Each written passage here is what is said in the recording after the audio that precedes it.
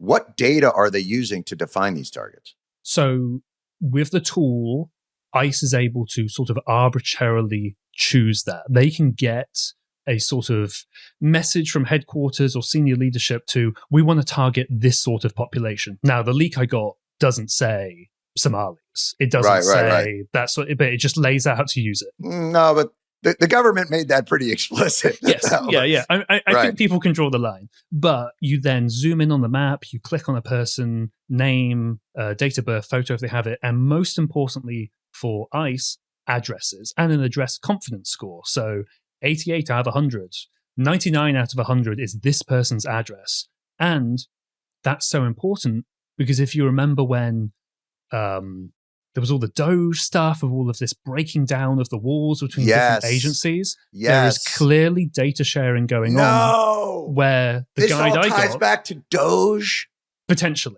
All I'll say is that the guide says some of the addresses at least come from the Department of Health and Human Services, which I don't think people expect when they give their address to the Department of Health. It's going to end up in the hands of ICE or into this Palantir worked on tool that ICE is also using. So as I'm covering it as a journalist, as other people are as well, it does feel like we're all sort of doing one big jigsaw puzzle, but we're all coming at with different corner pieces and that sort of thing. It's a weaponized Cambridge Analytica scheme. Let me, so here's then what is blowing my mind about this. If I can say, like, this is high-tech, 21st century, cutting edge, biometric analysis to find their target things. So Radley, explain to me then how these motherfuckers end up with a net at Home Depot or beating the shit out of the wrong people in a Target parking lot.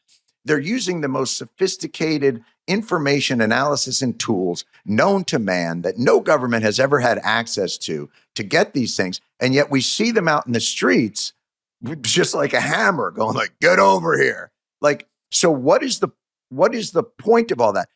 The idea seems to me that this could be a targeted, precise, nuanced police action on the worst of the worst.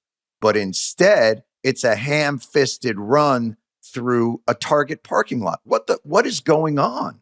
So the targeted, worst of the worst, using that technology to its capacity, as worried as I am about all of that, if that was only what they were doing, if that was their interest here, I don't think a lot of us would be nearly as alarmed as we are. The problem is that's not the goal. The goal is to instill fear. The goal is to make entire immigrant communities, to scare the shit out of them,